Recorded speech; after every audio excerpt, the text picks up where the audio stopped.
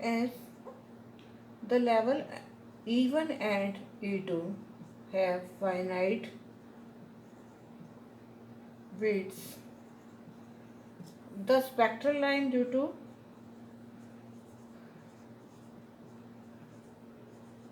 spectral lines due to these levels, इन दोनों levels की वजह से जो स्पेक्ट्रल लाइंस हैं उनकी एक फाइनाइट फ्रीक्वेंसी स्प्रेड हमें मिलता है एंड से that spread is del nu, जैसा कि आपको ग्राफ में मैंने अभी शो किया था, spread as del nu.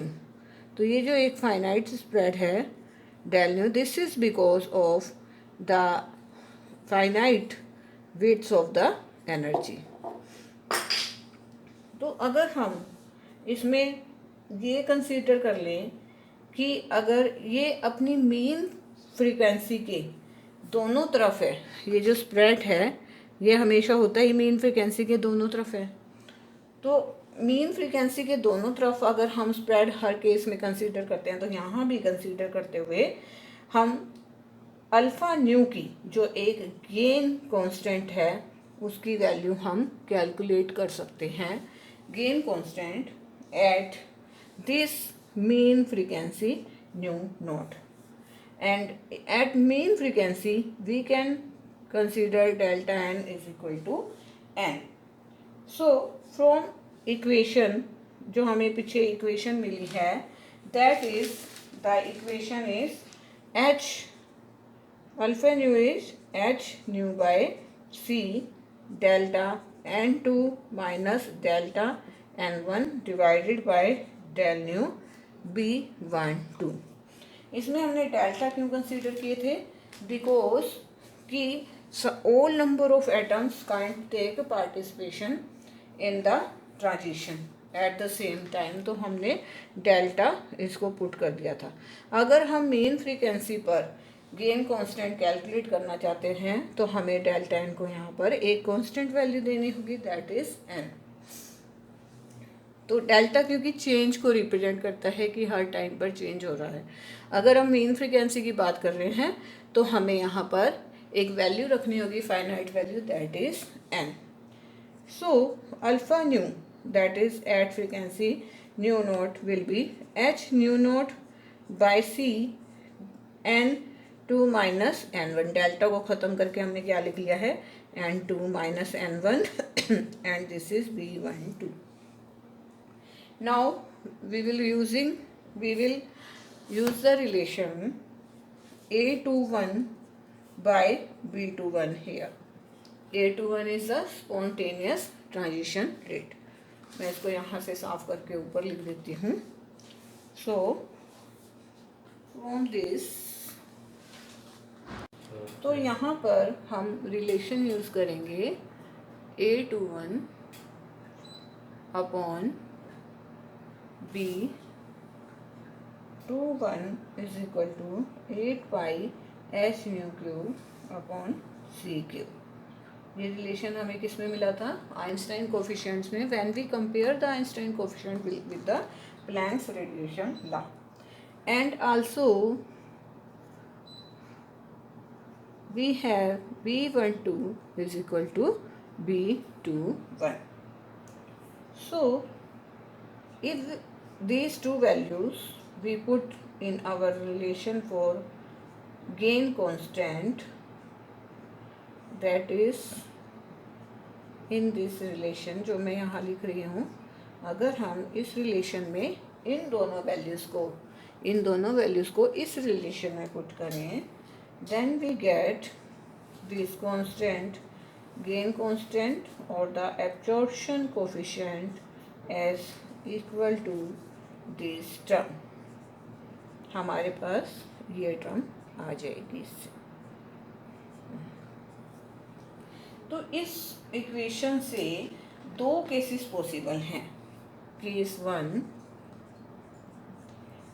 One if n2 is greater than n1, मतलब कि अगर पॉपुलेशन इन्वर्जन होता है इनसाइड द एक्टिव मीडियम, अगर एक्टिव मीडियम में पॉपुलेशन इन्वर्सन होता है तो n2 अगर ग्रेटर देन n1 होगा इस इक्वेशन में, तो अल्फा जो गेन कांस्टेंट है that will be positive. Gain constant हमारे पास पॉजिटिव आएगा।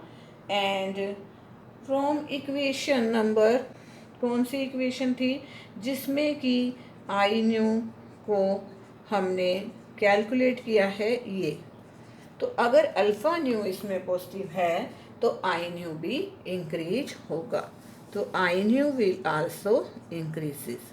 तो if there is population inversion, gain constant positive मिला है and intensity of the output beam will increase, means the light beam progress through the medium, कि light beam जो है medium के अंदर से बढ़ रही है एंड इसकी जो इंटेंसिटी है एक्सपोनेंशियल इंक्रीज शो कर रही है, means there is an amplification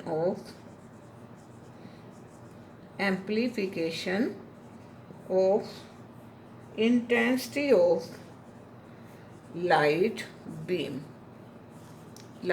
की इंटेंसिटी का एम्प्लीफिकेशन हमें मिल रहा है। तो इसका मतलब है कि एम्प्लीफिकेशन इंटेंसिटी का तभी मिलता है when there is population inversion. अब ये इक्वेशन तो हमें यही शो कर रही है। लेकिन केस 2, अगर हमारे पास पॉपुलेशन इन्वर्सन ना हो कि n1 ग्रेटर देन n2 हो, तो केस बिल्कुल इसका उल्टा हो जाएगा। जो हमारा गेन कांस्टेंट है दैट विल बी नेगेटिव। इस चीज़ को हम यहाँ ऊपर लिख रही हूँ, मैं यहाँ लिख लेती हूँ।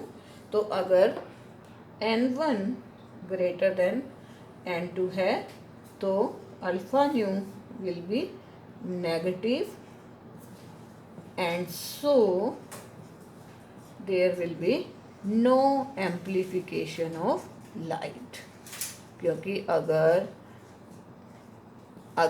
अल्फ़ा न्यू नेगेटिव है तो ये जो हमारी इक्वेशन है इसमें हमारे पास इसकी वैल्यू नेगेटिव आएगी एक्सपोनेंशियल की, it means intensity will decrease, so no gain.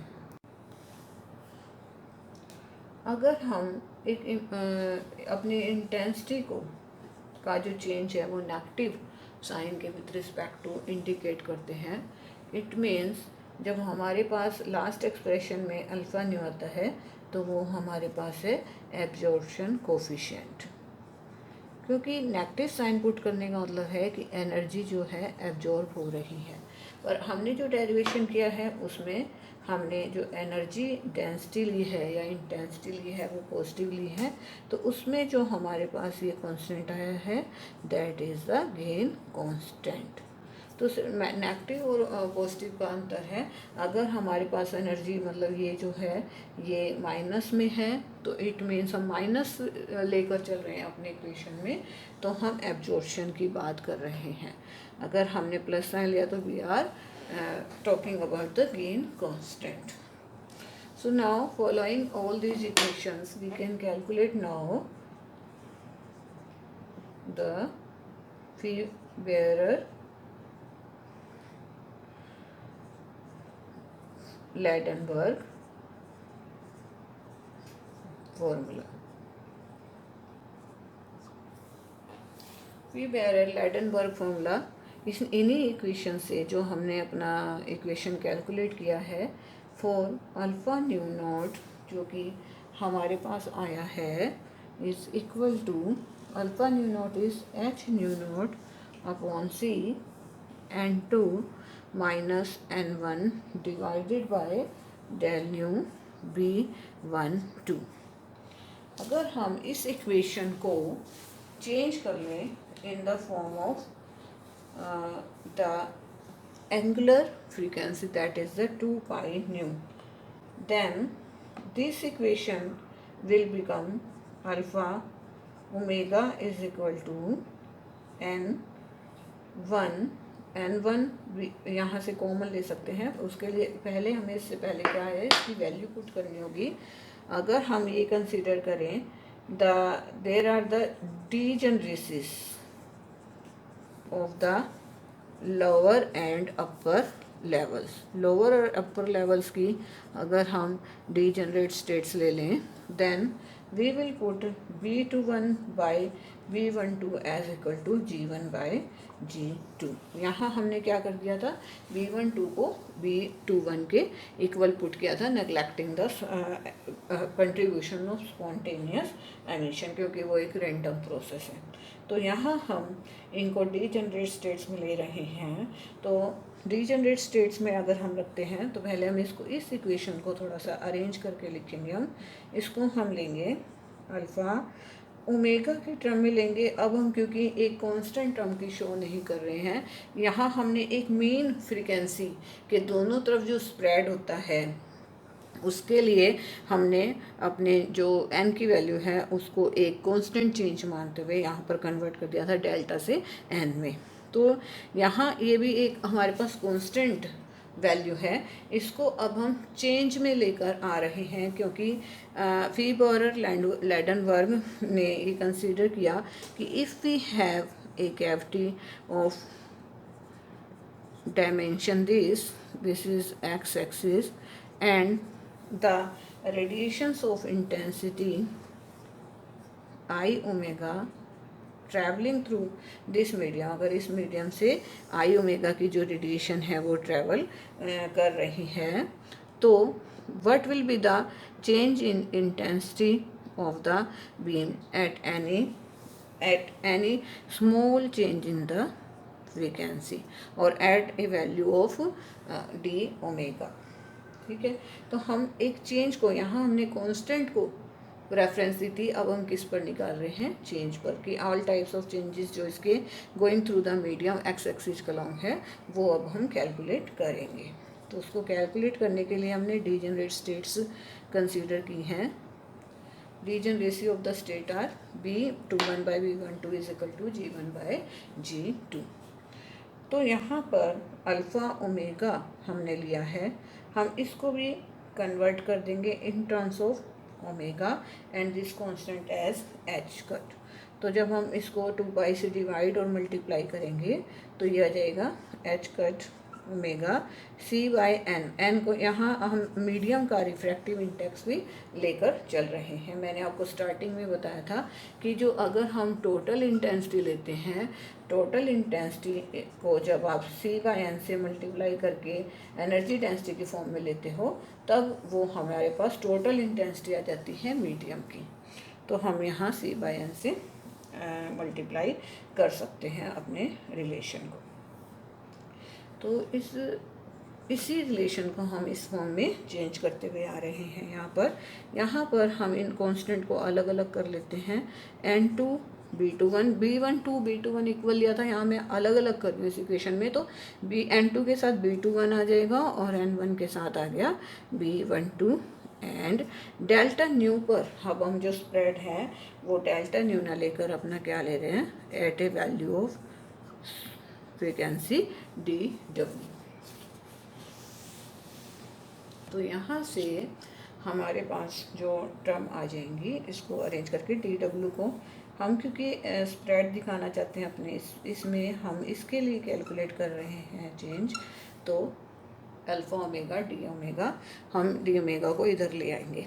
हम क्या चाह रहे हैं, हम जो इंटेंसिटी ने ट्रैवल किया है मीडियम के अंदर, एक्टिव मीडियम के अंदर एक्स एक्सिस के अलोंग, तो उस दौरान उसका जो फ्रीक्वेंसी स्प्रेड है थ्रू द मीडियम, जो फ्रीक्वेंसी उसकी है, मतलब कि एक तो उसके अंदर लाइट जा रही है और दूसरा जो मिरर से रिफ्लेक्ट होकर वापस आएंगी, they are in the same phase. तो उस दौरान जो गेन मिलेगी वो कितनी होगी। तो टोटल गेन, पहले हमने स्मॉल गेन निकाली है टी ओमेगा, अब हम टोटल गेन के लिए इसको क्या कर सकते हैं, इंटीग्रेट कर सकते हैं to find the total gain of the medium. तो यहाँ पर क्योंकि फीबेरर लैडनबर्ग फॉर्मूला जो है वो कैलकुलेट ही हम एमिशन को कैलकुलेट करता है और एमिशन के लिए वो गेन कैलकुलेट करता है कि what is the gain through the medium. तो अल्फ़ा ओमेगा डी ओमेगा, यहाँ से अगर हम यहाँ इसको, इस एक्सप्रेशन को अपने डिवाइड कर देते हैं N1B12 से, तो हमने N1B12 से डिवाइड और मल्टीप्लाई कर देना है अपनी इक्वेशन को। Then we will get 1 minus G1 N2 upon G2 N1 H cut omega C/N। अब हम इस इक्वेशन में भी उसी तरह वैल्यू पुट कर देंगे। A21 जो हम रिस्पॉन्स लेते हैं कि एक interaction of matter with radiation, की रेडिएशन जब मैटर में से इंटरेक्ट करती है तब हमें ये इक्वेशन मिलती है। तो इस इक्वेशन को हम यहाँ एक तो हम इसकी वैल्यू पुट कर देंगे अपने रिलेशन में, एंड सेकंड थिंग हमने B21 को किसके इक्वल ले लेना है, G1/G2 B12, इसके इक्वल हम ये रख लेंगे। तो जब हम इस इक्वेशन में इस B21 को यहाँ पुट करेंगे इन टर्म्स ऑफ दिस क्वांटिटी, तब हमें क्या मिलेगा, मैं यहाँ ऊपर लिख रही हूँ इसको इरेज करके।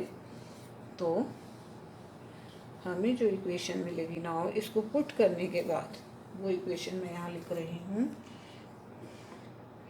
वैल्यू रखने के बाद हमें मिलता है A21 divided by G1/G2 B12 is equal to H cut omega by pi square C/Q। ये इक्वेशन बची। इसको आप और सिंप्लीफाई करो B12 कैलकुलेट करने के लिए, तो हमारे पास आएगा G2/G1 A21 pi square C/Q by H cut omega Q। जो ये वैल्यू आई है, इस वैल्यू को हम पुट कर देंगे अपने टोटल गेन, जो एक इंटीग्रेटेड गेन हमें, मतलब कि थ्रू आउट द प्रोसेस जो हमें गेन मिल रही है उसमें अगर हम इस वैल्यू को पुट कर देंगे तो हमारे पास जो लास्ट इक्वेशन बचेगी पुट करने के बाद वो होगा A21 pi square C² N1 pi G1 omega square 1 minus G1/G2 N2 by N1। तो दिस इक्वेशन, ये जो रिलेशन हमारे पास आया है, this is known as we were Ladenburg formula. ये इक्वेशन हमारे पास आई है this, and what is this formula provides? This formula provide the relation between the absorption coefficient and the population difference between two levels. And in this equation, if G2 and 1 tends to be G1 and 2, मान लीजिए कि अगर G2N1 approach करता है G1N2 को, तो rate of absorption, जो rate of absorption है ये 0 हो जाएगा। मीन्स अगर इन दोनों की वैल्यू इक्वल हो गई ऑलमोस्ट, तो ये क्या होगा, 1 - 1 हो जाएगा, तो एब्जॉर्प्शन विल बिकम 0। एंड अगर एब्जॉर्प्शन अप्रोचेस टू 0 हो गया, अगर रेट ऑफ एब्जॉर्प्शन हमारे पास 0 हो जाता है, तो it means we come to a stage of saturation. जो हमारा लेज़र है that is in the saturation stage. So it means we usually express, ये जो एब्जॉर्प्शन कोफिशिएंट है इसको बेसिकली सिग्मा से डिफाइन किया जाता है, and this is alpha omega by n, where this n is the number of atoms per unit volume। ये होता है n number of atoms per unit volume। इसका जो डायमेंशन होता है, it have the dimensions of area। so area किसका, जो हमारा एक्टिव मीडियम का क्रॉस सेक्शन है, that is इसको थोड़ा आगे और एक्सप्लेन करने से पहले स्टूडेंट्स, मैं आपको गेन कोफिशिएंट और एब्जॉर्प्शन कोफिशिएंट में डिफरेंस बताना चाहूँगी कि ये दोनों एक दूसरे के एनालॉग है। हो सकता है कि आप इन थ्योरी को पढ़ते वक्त मतलब आप कंफ्यूज हो जाएं कि एब्जॉर्प्शन कोफिशिएंट और गेन, यानी कि गेन जिसको आप एम्प्लीफिकेशन कोफिशिएंट कह रहे हैं, उन दोनों में अंतर क्या है। तो इसको आप ध्यान से सुनिएगा। देखिए, हम अपने रिलेशन को, अपना फॉर्मूला जो अभी हमने लिखा था, उसको तभी अंडरस्टैंड कर सकते हैं if we know the difference between the gain और द एम्प्लीफिकेशन कोफिशिएंट।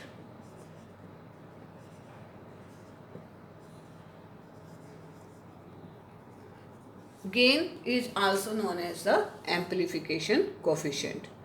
तो amplification coefficient का analog of amplification coefficient is known as the absorption coefficient. Amplification और absorption coefficient एक दूसरे के analog हैं. They are analog of each other. तो gain क्या है? लेज़र में गेन क्या है कि अगर मीडियम अपनी एनर्जी को ट्रांसफ़र करता है, जो बाहर रेडिएशन आए, मतलब टू द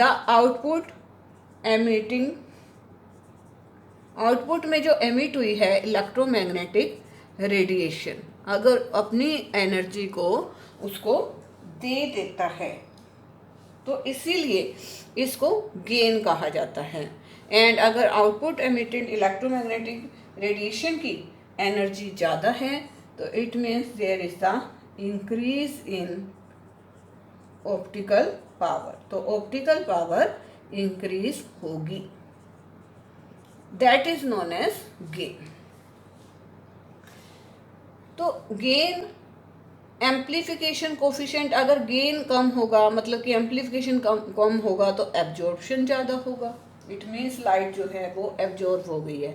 तो ये दोनों एक दूसरे के एनालॉग हो गए, ठीक है। जैसे कि अगर हम गेन को दूसरे शब्दों में पढ़ें, it is the measure of ability. Gain is the measure of ability of A laser medium हो गई है। एक लेज़र मीडियम जो भी हमने लिया है, लेज़र मीडियम की ये एबिलिटी है कि वो इंक्रीज कितना करता है ऑप्टिकल पावर को, to increase optical power. Laser medium जितना इंक्रीज करता है ऑप्टिकल पावर को, that is the ability of its medium. Also gain को हम एक्सप्रेस करने के लिए क्या लेते हैं? The formula to express the gain is sigma, यहाँ ई ले लेते हैं for emission, N2 minus sigma a for absorption N1। This is the emission cross section and this is the absorption cross section. तो अगर two level system है, quasi level system है, quasi two level system हम अगर ले रहे हैं, तो gain is described as sigma 2 N2 minus sigma 1 N1, फिर सिग्मा 2 को आप सिग्मा ई डिस्क्राइब कर सकते हैं for the emission. This is the emission cross section where e sigma is emission cross section and sigma A is absorption cross section।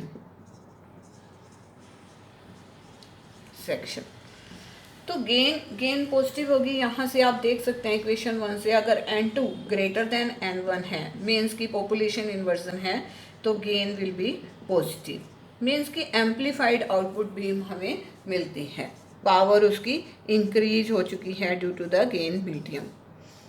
Clear? और अगर इसमें gain को हम जैसे कि बीटा से या अल्फा से अपने रिप्रेजेंट कर सकते हैं, इसके लिए जो स्टैंडर्ड सिंबल है कैपिटल G, वो हम यूज़ कर सकते हैं। ठीक है। हमने अपने जो अभी तक एक्सप्रेशन किया उसमें गेन को अल्फा से रिप्रेजेंट किया एट एनी फ्रीक्वेंसी या एट एन एंगुलर फ्रीक्वेंसी, ठीक है।